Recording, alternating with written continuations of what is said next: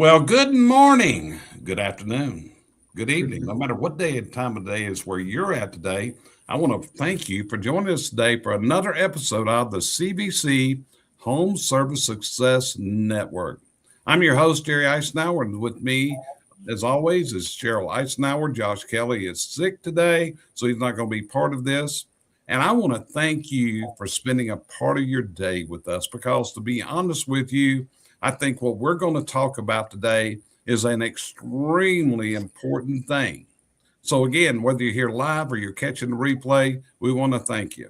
But today we're going to be talking about something that appeared in the home service industry over the last few years. And this thing is multiplying in the discussions. But here's the whole thing, you're not hearing everything involved here. So, what I wanted to do was put together this episode today to tell you, as a seller, what are the questions you need to ask? You need to be asking because everybody's getting these emails, these letters from various private equity groups that want to buy your business. No matter what kind of home service you're in, our niche is chimney, but you could be in any number of different niches. And these private equity companies are going out. And I also want to explain very upfront, this is not a pro of private equity. It is not a con of private equity. I want to deal with the questions because each day these questions are coming up. And today, to do this and bring it out and bring some real expertise into this, we have a guest with us today. His name is Mike Coscarelli, and he's the managing director and president of Bridgewater Partners. And so you'll know who Bridgewater Partners is. He's one of the country's leading mergers and acquisition advisory firms specializing in representing business owners during the sale of their companies. He spent years helping entrepreneurs maximize the value of what they spent decades building, and he's negotiated transactions involving private equity firms, strategic buyers, and family-owned business. And today, he's going to be here to try to help us unravel this jigsaw puzzle of home equity purchases. So anyway, Mike, I want to welcome you for being here today. Thank you for being here. So let's get started here. Let's start by tell us a little bit about yourself and your background in this. Happy to, and Jerry and Sheryl, thanks for having me on today. It's a pleasure and excited to share, some of the knowledge on what's happening in the home services industry and private equity with the audience. But by means of background and why I have so much passion for what I do, it goes back to the early years of my life. I grew up in a small business, and when I say I grew up in it, I mean that quite literally. It was a restaurant, and so before school, after school, and in summer vacations, I spent my time, unlike most young kids, out on the playground and enjoying their time. I was cleaning bathrooms, mopping floors, counting tills, helping my dad make pizza dough. And, that shaped me. And I think when you grow up in an entrepreneurial family, you go one of two ways. You either see what being an entrepreneur can bring to you and to what you can do for others. Or you can see what it takes from you. And you know for certain you don't want to be an entrepreneur for yourself. And fortunately, I caught the bug, but my dad had encouraged me to go to school, get a degree, and work for someone else. So I gave that a go. I went to Michigan State, studied accounting, started my career in mergers and acquisitions consulting with a global firm, and then I joined a group in the private equity-backed platform. I'll say it's in the healthcare space, without naming names specifically, and through the 4 years I was there on the M&A team, we did hundreds of transactions, evaluated hundreds, and I mean probably north of 500 businesses. We evaluated over my time there, and so we got to see a lot. And this begins kind of the originating story of Bridgeway before I even knew it. But over those transactions, I'd say 60 to 70% of them had representation, business brokers, and there were competitive processes, and there were 60 to 70 groups bidding.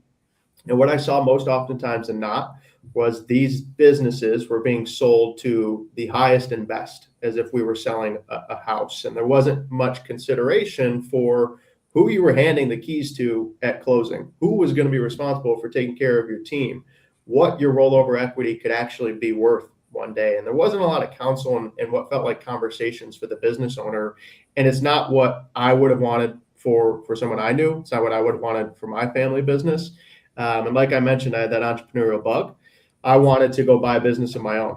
And when I did that, what I saw was that, level of service, if you will, was abundant throughout several industries. And there was one specific example that I'll give you that was really the light bulb moment for me and the launch of Bridgeway. It was $1 million EBITDA window installation business. So in the trades, in your guys' realm. And I had to contact the broker, not an exaggeration, 8 times to get an NDA and to get the marketing materials. When I got the marketing materials, it was a tax return with handwritten adjustments and a fill in the blank information request list. And then I never got a hold of the broker again after that point. And so that's when I called my now business partner. I said, hey, you think we can go out there and do this the right way? And that was the launch of Bridgeway Partners. We're a sell-side M&A advisor. Our team's done nearly $2 billion of transactions. We've closed over 100 transactions, 15 plus years of combined experience, all of those in the private equity strategic world. So we understand the language. We understand how to negotiate, create competitive tension, and run a process on behalf of business owners. I think the key distinguishment there is we're sell side. We don't do a buy side. So you'll see a lot of firms do both. We work only for the business owner, never for private equity. That's our priority. And so that's a little bit of background on me, the firm. Happy to answer any questions, but excited for today's conversation. Fantastic. And this is the whole thing, Mike. During the last couple of years, this has seemed to be something that has come alive that probably 3 years ago I wasn't seeing. I'm seeing private equity representatives walking trade shows, sponsoring part of conventions, all these kind of things. Mm-hmm. And some of the deals that I've been aware of, I'll be honest with you, they've been fantastic. I talked to a guy earlier this week, and I was shocked at what the multiplier was he got off his EBITDA. And others, not so much. And this is one of the things that I've seen. The highest purchase price doesn't necessarily result in the best outcome for the seller. It doesn't.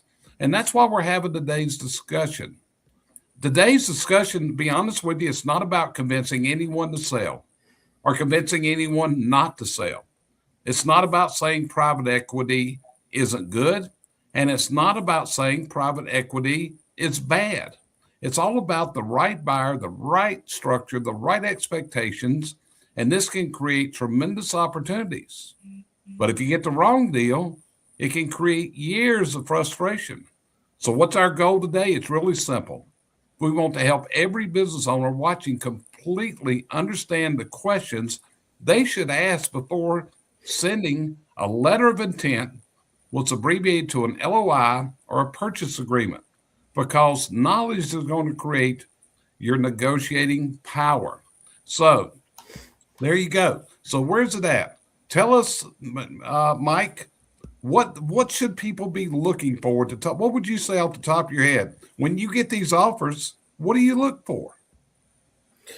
Yeah, well, I think it depends on the context in which you're getting the offers. There's a lot of velocity, I'd say, out there and an interest for these groups to move quick. And you mentioned it, I think, is you're getting unsolicited phone calls. They're on trade show floors, and they're really trying to get your attention.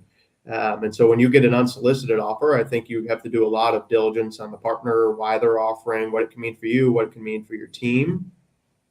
But if you're running a competitive process, I mean, those questions don't change. I think your mindset's a little bit different because you've made the decision that you're ready to sell or take on a partner. But it's to your point, it's happening really quick. In 2025, there was a transaction between a roofing company and a private equity platform on average nearly every 48 hours. And so they're moving very quickly. There's a lot of groups. When there's one, there's many. And so it's, the dynamic and the landscape of all of these industries is changing. And so I guess if I would summarize, what am I looking for, or what would I recommend or think of is, ask yourself the critical questions and let's have the critical conversations early before you sign anything. Gotcha. So let's start with that first question. Why is PE, private equity, suddenly interested in chimney companies? Because like I said, this just came out of the blue in the last couple of years.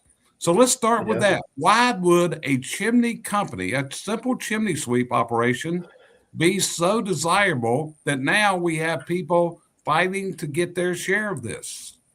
Yeah, I'll break it up kind of into two things. One being home services as a whole, and then chimney specifically what attracts them. But home services, there's been success, and they've proven the value in building an integrated platform that can grow organically, acquire the right operations, integrate them well, lead, and actually do good for the trade.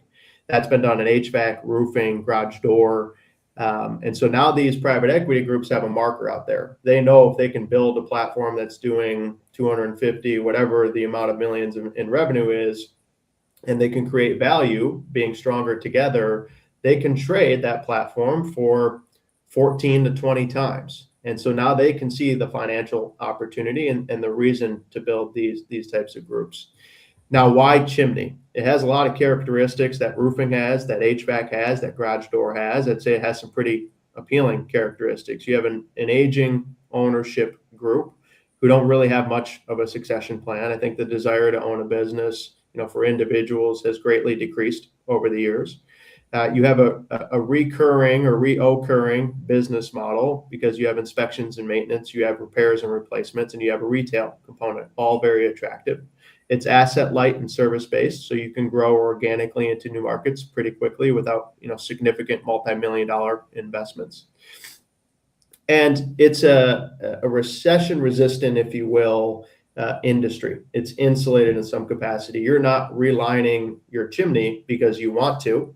You're doing it because you have to. You're not rebuilding the masonry on your chimney because you want to, because you want a different brick up there in most cases. You're doing it because it's creating water damage in your house and you have to. And so those are some of the characteristics that create a compelling investment for these private equity groups. Gotcha. Well, that explains a lot about why they will be interested in home service companies and chimneys because of the ongoing revenue of continuous business. So let's start with the first question. How much money is actually guaranteed? Mike, you get an offer and people say, hey, we're going to give you $5 million. And people's minds are now blown. They start thinking, I finally made it. I'm ready to ride off into the sunset. Right. And this is where it starts right here. That gets people excited. So how much of this money is actually guaranteed, Mike? The true guaranteed portion would be the cash you're getting at close. And now I'll caveat this by saying no two deals are ever the same. The structure is going to look different on everything, and it should be tailored to the business owner. But there are other components that you can have, being equity, earnouts, seller debt, and those should be tailored to your specific situation. So equity, I guess we can start there, and we could probably have a 60-minute conversation on equity alone. But there is a ton of questions and things you need to understand with equity. I think the most important one is a lot of private equity groups will, to use the word promise is wrong, but lean into a 3 to 5x return on your equity. And what we always do with our clients is help them understand, okay, what is the reality and what has to actually occur for them to generate 3 to 5 times. And let's have a conversation with the group about what their plan is and how they plan to achieve that. Meaning, what assumptions are baked into this? What's their exit multiple they're planning to exit at? Is that attainable based on comparable transactions in that industry or in other industries? What's their growth objectives? How much organic growth are they planning for? How many acquisitions are they going to do? Do they have the capital to go complete those acquisitions? Because I think it's easy to point to a 3 to 5x returns. Very little groups actually generate a return to that degree. And unless you understand that they have a plan and can take action and have a history, their private equity sponsor has a history of generating those returns. At the end of the day, it's equity. It's an investment. It's like a public stock in some ways. It can go to zero. It can increase 7-fold. And it's about picking the right partner who you believe in that growth journey.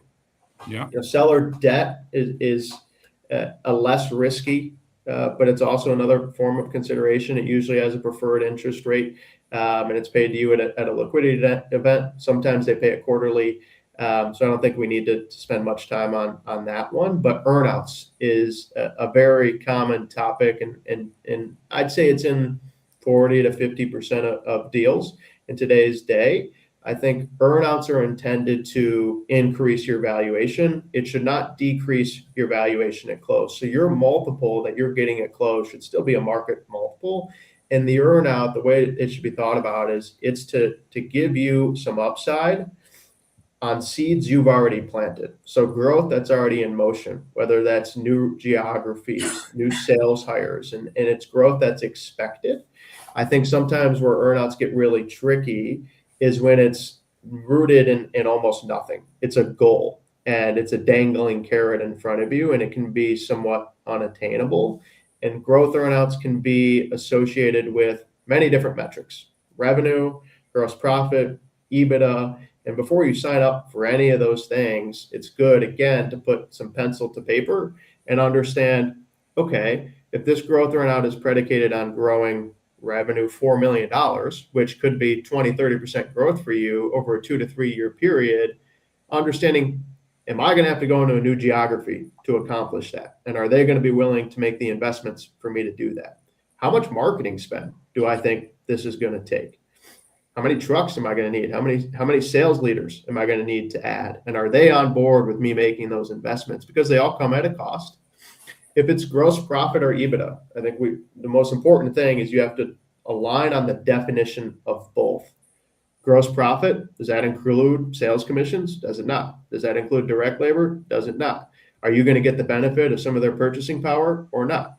EBITDA, some groups have a management fee, a corporate overhead allocation, and you got to understand how these things are going to be dispersed before you bust your tail end for 2 years and you think you hit your goal only to find out at the 9th hour that because of some adjustment you weren't aware of, you missed it.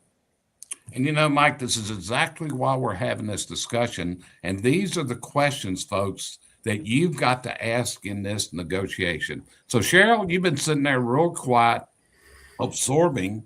What question comes to your mind, or what would you add into this before I go further with Mike? The one word that you have to explain to practically everyone I hear you talk today is EBITDA. Mm-hmm. Could you give a little quick? I finally understand what that is, but I would say 9 out of 10 people on here do not. Yeah. Well, definitionally, it's earnings before interest, taxes, depreciation, and amortization. And so it's essentially your net income plus those items. And so you're adding those back. So it should be higher than your net income in most cases.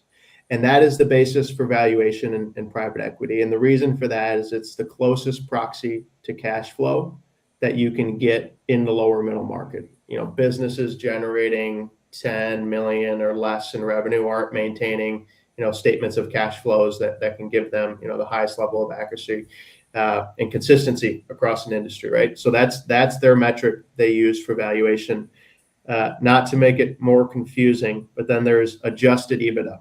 And adjusted EBITDA is where the right advisor can really help you, because there's things you can pull out that will increase your valuation. What I mean by that is, a couple examples would be, if you've made a significant investment in a one-time expense, maybe it's a server upgrade, maybe it's a technology implementation, that should be added back. Maybe you've gone into a new territory and you've spent a ton of money building out a showroom, buying trucks, things of that nature, equipment, and things that are in your P&L, adding those back or getting some credit for the growth that is going to bring. So any one-time non-recurring, and candidly, what you see a lot in small businesses is personal expenses. So going through and figuring out how much of your meals and entertainment is truly for the business versus yours. Charitable contributions, things of that nature, where you can get some additional value for the business expenses that may be a little bit more personal than business. Yep, that's fantastic, man. So just continuing on. And please write this down if you're listening. The best deal may not have the highest offer. It may not, because it has a lot of things involved in this. As Mike's talking, and you're seeing Mike's email address up on the screen, if this is something, definitely reach out to him, because he can go more in depth with this. But Mike, we're talking about earnout. How is that calculated? What is earn out, Mike? Yeah, I can give you an example. And how it's calculated is going to look different for every group, but it's usually at a lesser multiple than what you're getting at close. So let's say you got a 6x multiple at close, the earnout's probably going to pay 4 to 5 times, whatever it contributes to the bottom line. But let's say it's a revenue earnout, and you're at 10 million today. They want you to get to 13 million in the future, and there will be a prefixed price essentially. And I'll get into the prefixed and what we typically negotiate towards. But it'll say if you hit $13 million of revenue by the end of fiscal year 2027 or 2028, we will pay you an additional $1 million is the gist of an earnout. Now, something you can negotiate and the right advisor can help advocate for this is a sliding scale. A lot of earnouts and initially proposed are either you get it or you don't. So you could be $1 short and you're not going to get that earnout, which is going to sting because $1 million is a lot of money to anybody. And so what we typically negotiate for is either quadrants or a true sliding scale. So if you get 90% of the revenue target they wanted you get 90% of that $1 million. Okay. So again, this is where having expertise in this area, folks, I think is so important. And that's why I wanted to have Mike on here today to be able to explain some of this stuff, okay? Because, like I said, a lot of things are going to be out of your control. You got to ask these questions going in. So, Mike, here's my next question. Who controls the number after this deal is closed? We close the deal. I get my initial payment as a seller, but who controls the money after that happens, Mike? Who's in control here? Not you anymore. It's the buyer. They're buying controlling interest. They get the final say, especially when it comes to the P&L and money in business. And so that's something to be very mindful of, especially when you're negotiating earnouts, is who ultimately gets the final say in these transactions. Yeah, and that's what you got to meet because there's so much here. Like I said, we got the 20 questions here. We want to go through and hit every one of them. So, Mike, here's a big one. And we had this happen a couple of years ago. We had a pandemic that hit the economy. This year, we've seen rapidly rising gas prices. Mm-hmm. It has hit, we've been in a recession, depression, whatever you want to talk about. What happens if the economy changes? Are all bets off? Yeah, it's a risk, and valuations change as a result of economic downturns. I think it can prove that these businesses aren't as insulated as maybe private equity believes them to be. But I think most oftentimes and not, if you transact before an economic downturn, you're probably going to be a little bit happy you did.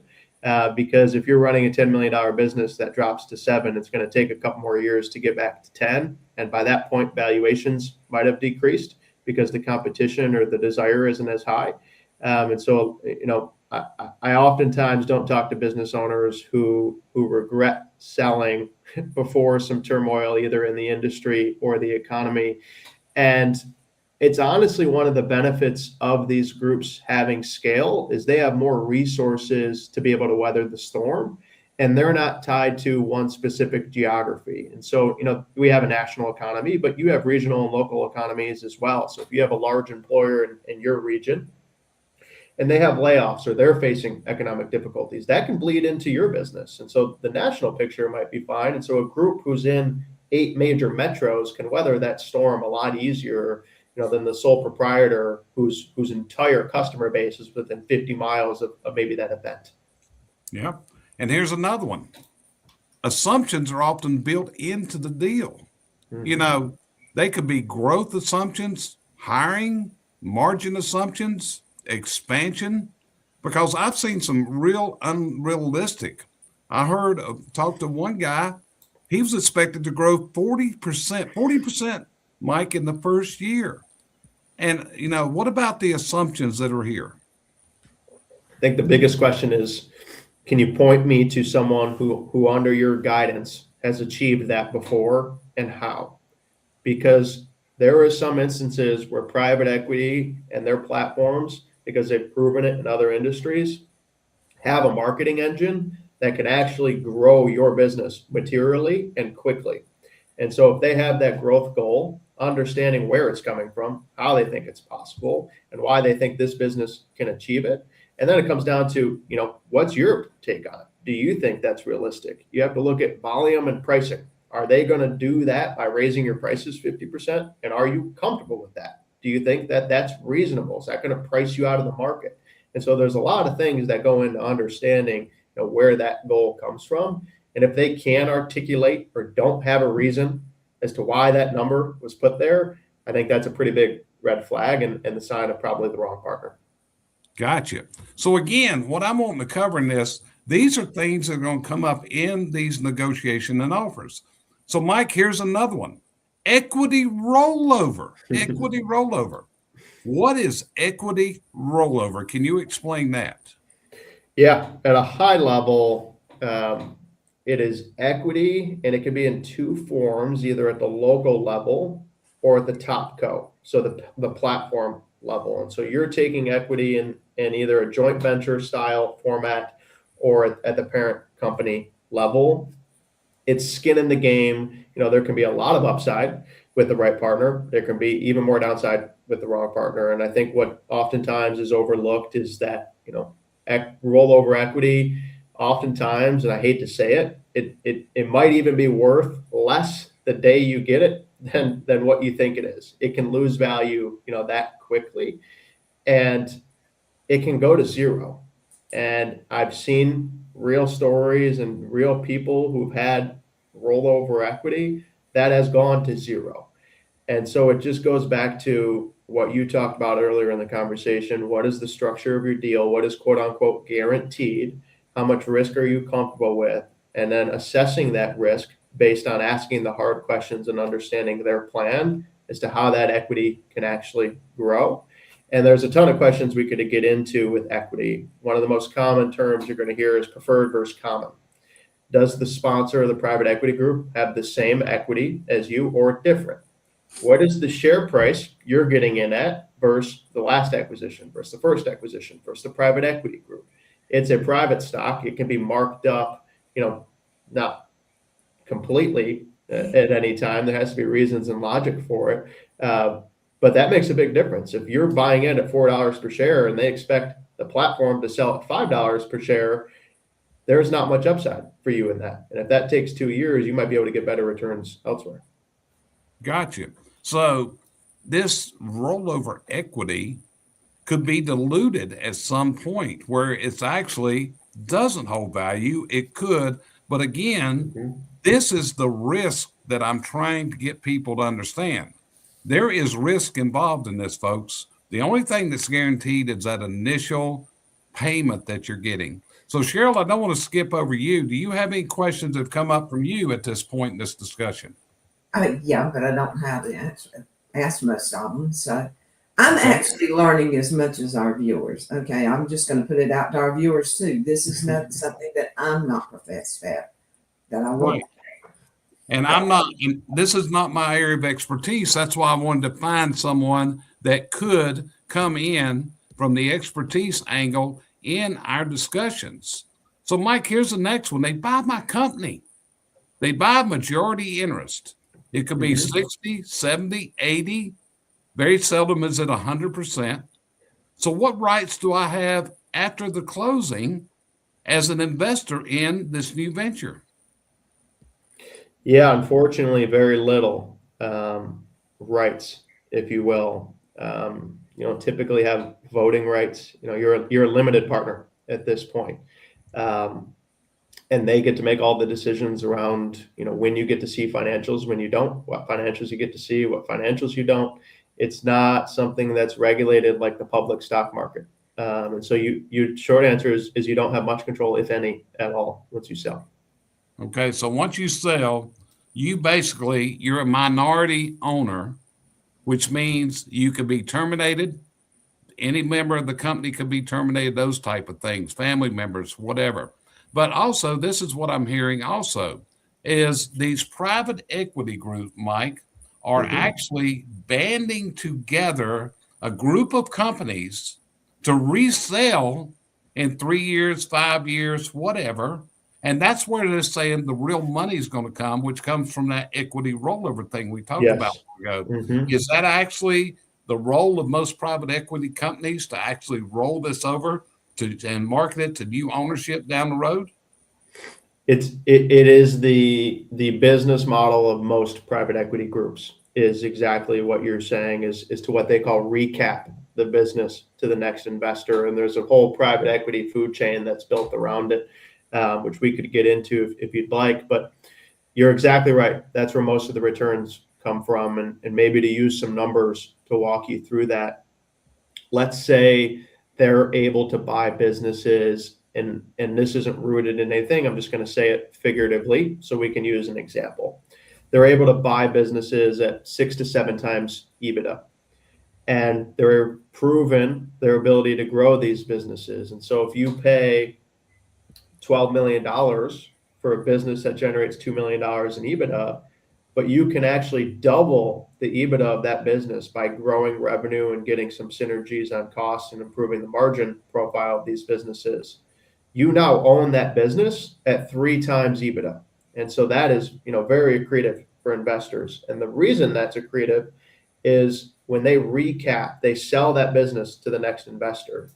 The platform and well integrated, well led, operationally sound platform will trade for 14 to 20 times. And so there's a ton of value in there because they own the businesses at 3 times EBITDA and they can sell them for 15 times. And so that's where a lot of the upside with rollover equity comes in. Gotcha. So again, we're going to keep moving. And Sheryl, if you have questions, please speak up. Let me know what they are. I'm the seller. What's my role after closing? Okay. Many people think they're going to be doing the same thing, making the same decisions, taking the same vacations, sliding some money, maybe, whatever. What's going to be their role of the seller if he's asked to stay? It's really going to depend on the partner. And I don't like to give that answer because it's not very helpful, but I've seen so many different scenarios as to how it can play out. I've seen sellers move to the board. I've seen sellers move to the corporate level. So they become a regional manager or regional VP, and they're overseeing a whole territory of businesses versus one business. I've seen sellers stay for a year. I've seen sellers stay for 5 to 7 years. And the right partner is going to work with you on what good looks like and put you in a place where you can be most valuable. But what I can say is your day might look, if you stay in the business, maybe 70% of your day looks the same. You're going to have different, probably over time, your day-to-day is going to look different from a process and procedure standpoint, maybe from a technology standpoint. But there should be some things coming off your plate administratively, accounting, HR, payroll. Those things should eventually move to the corporate function. And that's why a lot of business owners end up staying a lot longer than they intended, is they pick the right partner. They're doing great things for their employees, and they've reduced their stress load dramatically. They're no longer stressing every Friday about, how much cash is in the bank, how much is payroll, am I going to be able to make this, which is a huge burden. No matter how successful your business is, everyone runs into cash crunches. They're no longer having to worry about managing all these different functions alone. They have a group of owners who they can talk to, they can learn from, they can pick their brain on. They're getting best practices. They didn't like marketing before, but now the corporate group's doing marketing and they're crushing it. And he gets to go out and sell more and help his sales team. Like, those are the situations where a seller can end up staying for as many years as they want because things are going well and it was the right partner. Okay, got you going. Sheryl, anything, questions? The more I listen, and maybe other people are feeling this too, the more I feel like you become an overpaid employee when you do this. Okay, so let's talk about that. You want me to stay on? That means I'm going to be compensated. I'm an employee of the company, so I'm going to talk about this. So, this means what's my salary, my bonus, my benefits, my vacation, my incentives? When do you negotiate all these things, Mike? Should be addressed at a high level, maybe in the LOI, and certainly finalized through an employment agreement as you're negotiating an APA. And so you probably shouldn't go into agreement if your intention is to stay without knowing what they're going to pay you. And here's the thing is that's going to affect your valuation. So you want to make sure that they're paying you a market rate, because if you're not going to be there forever and they're paying you above market and they can pay someone a cheaper rate to replace you, that's some value you left on the table. And so making sure that that's not one way, and they don't have bad intentions, but if you want, say you want 250,000 a year, but the market's 150,000, that's $100,000 of your adjusted EBITDA that should have contributed on a multiplier basis to your enterprise value. And so having it, and again, back to an advisor who can coach you through that and understand the long-term implications is really important. But to answer your question, you should be paid a market rate for the role you're doing. Not overpaid, not underpaid, and no, it could affect it there. So here's your next one. Hey man, I've been self-employed. I've been making all my own decisions forever in this. So now we've done the closing. Who makes these decisions now? Is it me, or is it Big Papa that bought me? The right partnership should be a collaboration. And honestly, it's something you need to talk about in the beginning, is who's going to make those decisions, because some groups want you to keep doing what you're doing. You've done a great job. Their job is to find a successor for you. And as part of this bigger group, make the business bigger and more successful. They don't want to come in and disrupt the decisions you're making and how you're leading your sales team or your quality team or your production team. Those decisions, generally, the operational ones, stay local. Now you're talking the big financial decisions, those are when they start to go up to corporate. And they should have some form of a matrix as to, here's what needs to be approved. Here's what doesn't need to be approved. If you want to go buy a new truck, you want to go buy new equipment, new tools, there should be parameters around that. Gotcha. So here's the next one. This is now my job. Can I, as a seller, be terminated? Yeah. I mean, at that point you can. In a partnership, yeah. Gotcha. So what about restrictions on me if after this is done? Do we have non-compete agreements? Do we have NDAs? Can we discuss this with other people? Are we limited? Because to be honest with you, Mike, it's almost like some of these guys have been put under to a blood oath in this thing and don't discuss it very. So what restrictions do I have? Can I start another company? What can I do? Yeah, I mean, you have all of the above. NDAs, non-competes, non-solicits, potentially restrictions on future investments. And this is where an M&A advisor like Bridgeway can help, but a really good deal attorney is going to be most valuable to you, because there's going to be a mile radius on your non-compete. Now, is that going to be on your business that you sold, or every business that's part of this platform? How far is the mile radius? What is market? A non-solicit, for how long can you not, solicit? And obviously that's not the goal. You don't want to sell your business, do wrong by your now successor and go take all of your key employees. So that, makes a ton of sense. But, for how long is that going to last? NDAs, same thing. They have a tail period to them. What can you discuss? What can you not discuss? And why? There's going to be questions of why can't I talk about these things? If you think it's good for the brand and you want to be able to promote these things, and understanding maybe the intention behind that. But yeah, you're very much under several contracts when you sell your business, all of which you mentioned. And it's just important to understand really what you're signing up for, because it's even consulting, or if you want to help your son or daughter start a business, and maybe that could be viewed as a competing industry. Understanding what you're going to be restricted to for the rest of your years is very important in these transactions. Gotcha. Which brings up the next question. As the seller, am I making representations or perhaps even warranties that could affect this? Could this come back to haunt me if my financials were improperly submitted? Can it be can it come back to get me later? It can, yeah, and there's likely to be escrows held in transactions for the same period of time that liability remains. What I will say is buyers should and do a lot of diligence on your business, and so any financial misrepresentation, unless you're intentionally committing fraud, is probably going to be uncovered through these processes. legal diligence, tax diligence. And so your risk is pretty mitigated, and it's likely to come up in diligence. But yeah, if you go into it with bad intentions and you're intentionally misstating something, you're absolutely liable. The buyer has to protect themselves as well. Yep, that's it. Okay, here's the big one. Am I going to have a big tax bill when I get this? Am I going to get hit with capital gains tax? What's going to happen here? Yeah, I can't, unfortunately, can't give tax advice. But what I can say is if you have an experienced CPA who's good at mergers and acquisitions and has done several of them, they can guide you through this. But something to look out for at the onset of every partnership or sale discussion is how they're structuring the deal.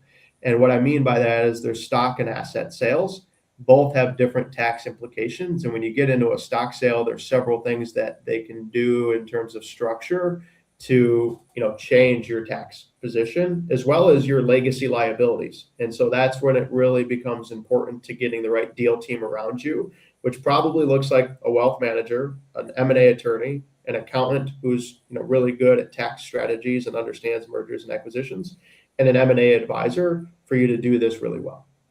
So that was going to be my next question. If you're going to do this, folks, this is an awful big decision. It's an awful involved process. Number two, it doesn't happen overnight. You don't get an offer today and we're closing next Monday. That doesn't happen. These things can go on for 6 months, a year, 18 months before it's actually closed. So, Mike, that was my next thing. That's where, like I said, I've been looking for someone that I could refer people to, say, if you're going into this, talk to these people to help them. And folks, I'm going to be real upfront with you. I have no vested interest in this whatsoever. Putting Mike on here today, when I talked to him and Todd, it was all about, folks, I want to do this to help educate people that are going into this process. So there's nothing in it here for us. Like I said, this is not pro, this is not con of private equity. This is simply an educational endeavor today that we can help you with. So here's the last one. Here's my last question. How does a person know, is this really the right time to sell, Mike? Is it really the right time? Yeah, I think it comes down to, how would I summarize this? What you're wanting out of your career and your business and where your business is at today. Meaning, some people want to be a part of something bigger and they want to change the industry and make a lasting impact. And that could be a reason to sell because now you get to be a part of a national group. Others want their team to have growth opportunities. And, one of the unfortunate consequences of small businesses is growth inherently is limited. As long as there's an owner in the business, your second in command is probably always going to have some limitations and there is a ceiling. But when you join a group, there's several growth opportunities that come from that.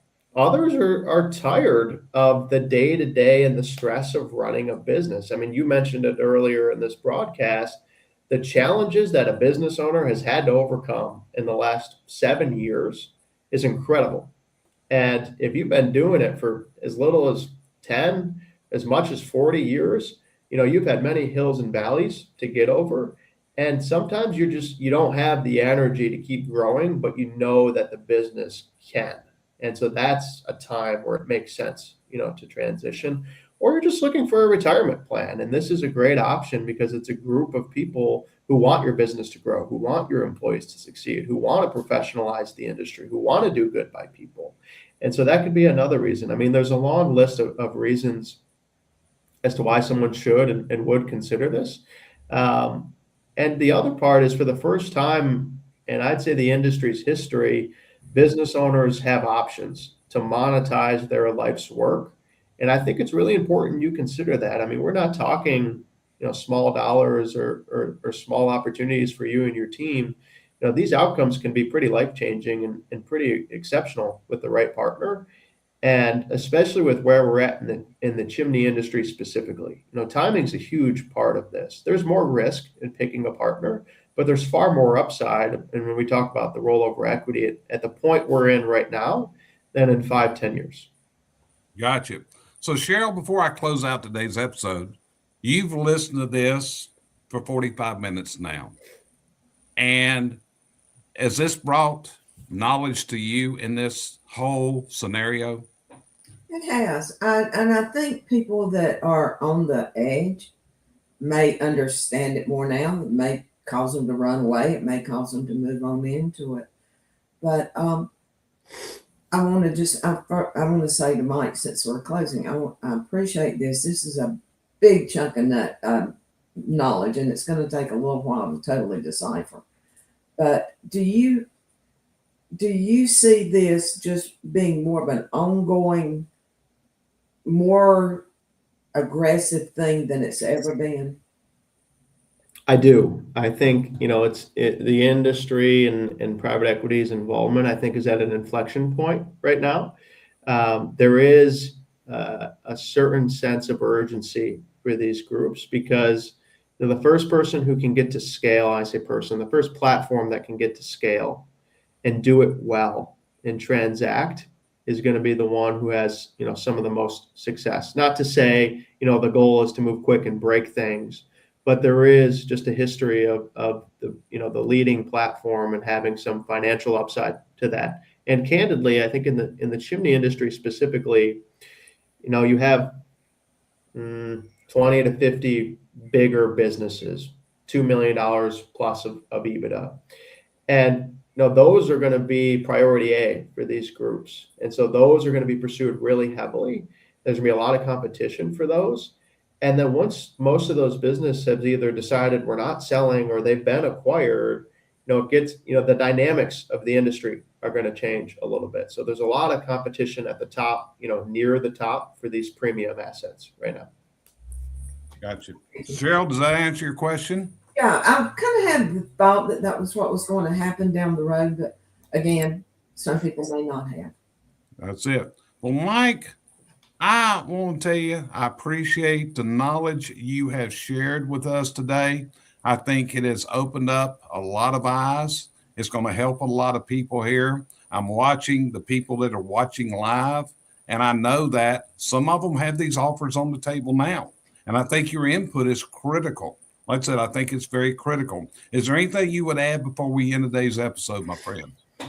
No, I guess one thing I would add is whether you have an offer now or you're considering it, the best thing you can do is run a competitive process for your business. And if I can, I'll give 2 examples of why that's beneficial for the business owner.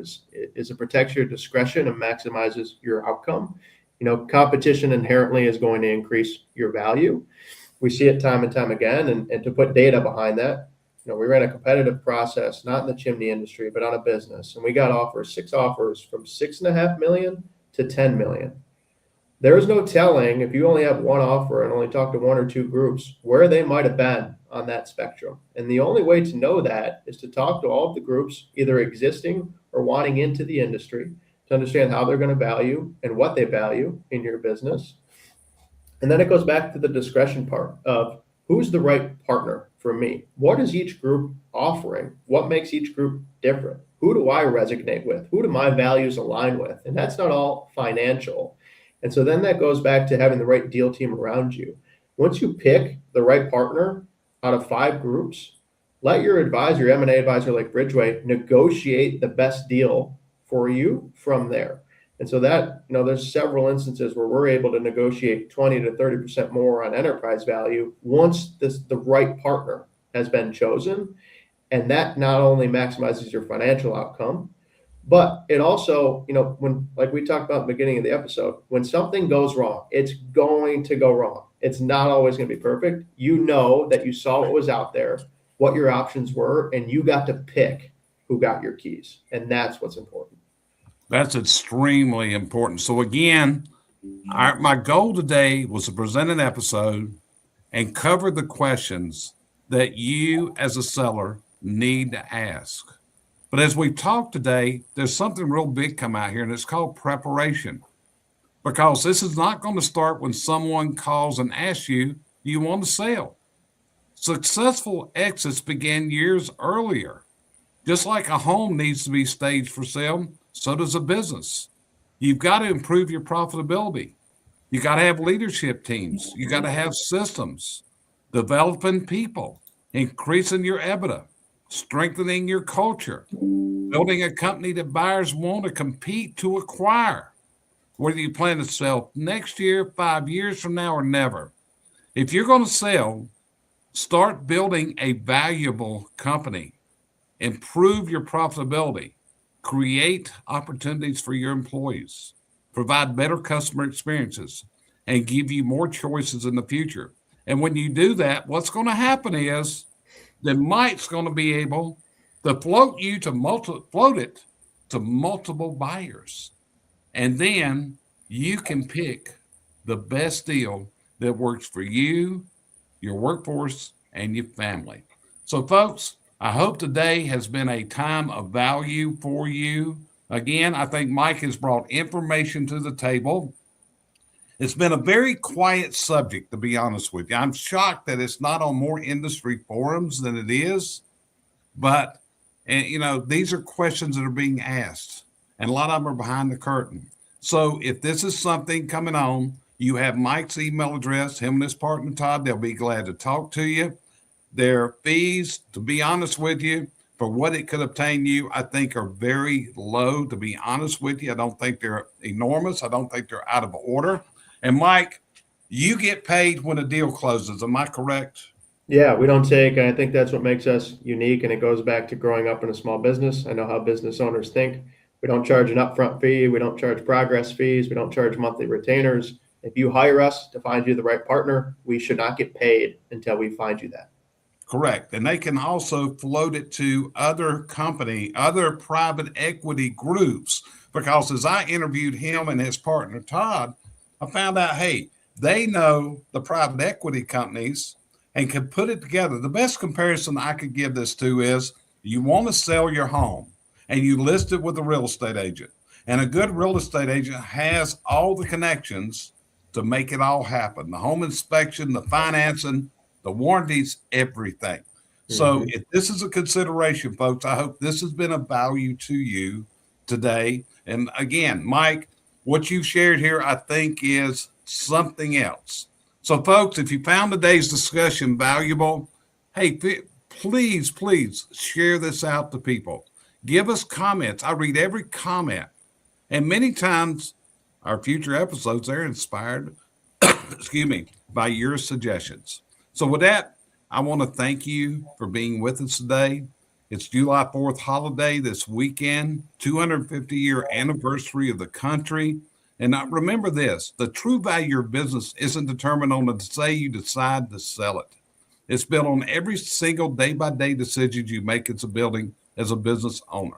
So with that, thank you for joining us this week on the CBC Home Service Success Network. We'll see you next time on the next episode, and I hope this has been a time of value for you. So see you then. Appreciate you being here.